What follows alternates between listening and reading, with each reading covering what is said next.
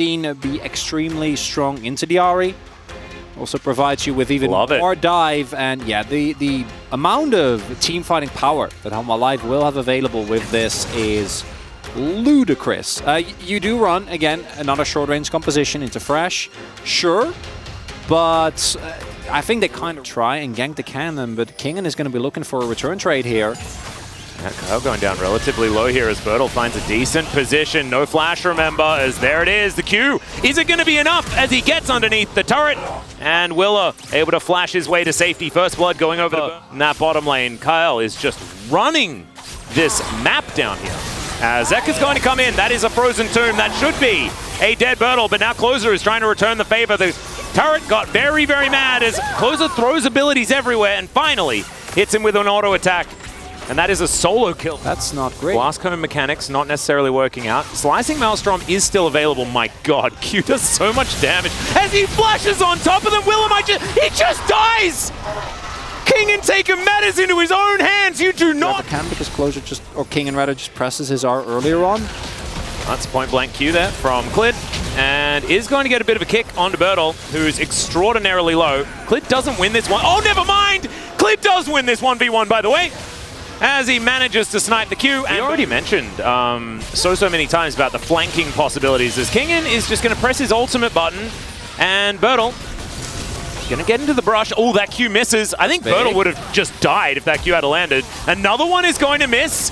Do you have another one? The answer is yes. And Kingen is going to be able to get the solo kill towards that top side. Dash cannon. Gale Force. Oh, Super Mega Death Rocket is going to help do a bit of damage to the Drake. Yeah, it doesn't really matter, right? Kingen already has such a big lead. He can auto him down. Here's a battle. Well, is it? It's a dead Jinx, is what it is. Ah, boy, clear, okay. I wonder what happened if he instantly reactivated his Q. Like, would he also go into the nether realm of that rock? I don't know. As Viper is going to get played back, and a grand entrance is going to be fantastic yet again. This time Viper, though, is going to be punished for it, and the Lovers duo are going to be taken down. They did manage to get the Thresh, though, so congrats for that one. Pretty insignificant thing to give away. They get the bounty. That's something, but you immediately trade back a turret. I think Kingen didn't have ult for that last skirmish, right? And that's why he didn't flash the wall and kill everyone. This bottom side of the map. Speaking of which, there is a lot of vision down there.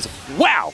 Willow went for a journey. I don't know whether he really wanted to, but he did go for one. Still, a lot of damage being done here, and not quite is the cannon able to survive, as Zekker is going to rethink his choice, but does immediately come back in. There's a frozen tomb. Clid finds a Q onto Bertel, but they just don't have the members up here. The cannon's already dead, and those shutdowns you were talking about, Chronicler, they're just going to be picked up here by Liiv SANDBOX.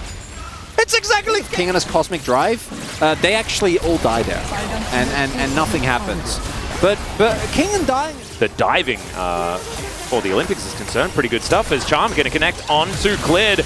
Able to get the playback as well as he tries to safeguard his way out, presses so many buttons to escape, but they're not going to be enough. SANDBOX. You can make. They need to get some vision. Zekker over the wall. Does have Everfrost there as well. Bertel doesn't find the Empowered Shock Blast, but this Baron is so low as life. Just dives into the pit. Blade Caller doesn't get a lot of value as Kingen. Also, not finding too many kills, and there is the Baron secured by Willa. Of course it is. And now they're looking to win the fight. Viper picking up a kill on the Closer is massive, but there is a Super Mega Death Rocket. Envy gets excited. The hook goes wide, but it does not matter because Willa has a Q button and he punishes. Absolutely massive. And Liiv SANDBOX, let's check out this Baron power play is already. Bertel getting to work on this bottom side.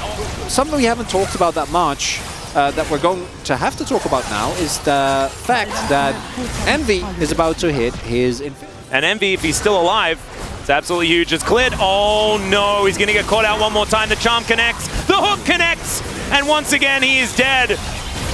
As now Hanwha going to have to run away. The quickness used very defensively as that's a teleport. Hook is going to be a little bit wide there though as Closer. He is going to find the charm onto Zekker there who self-ults, but the Rakan is already dead. Viper's Blade Caller is massive, but is it massive enough? The answer is absolutely not, as Envy's just having a field day, and Liiv SANDBOX, every one of his charms has been like play winning, and he's got back-to-back.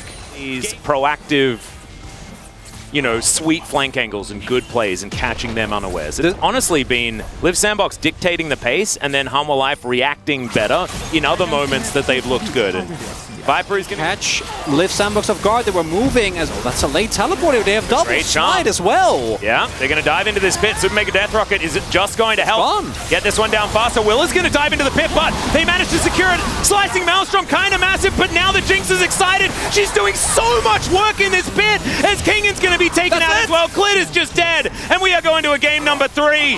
Hanwha Life, they return the favor. That's going to be it. Oh, man.